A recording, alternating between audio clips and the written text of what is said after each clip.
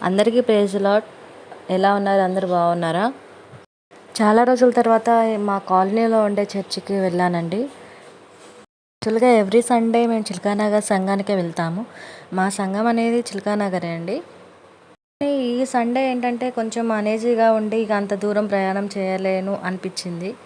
So Sunday అంటే ఇక దేవుడి సన్నిధిని పోగొట్టుకోకూడదు కదా అని చెప్పి, సరేలే దగ్గర సంఘం ఉంది కదా అని చెప్పి మా కాలనీలోనే ఉండే ఈ సంఘానికి మేము వచ్చాము.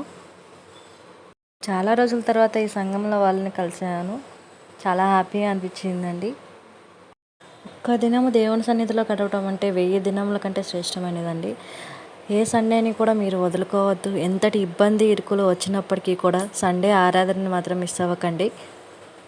ఆరాధన స్తుతి ఆరాధన ఆరాధన నీకే,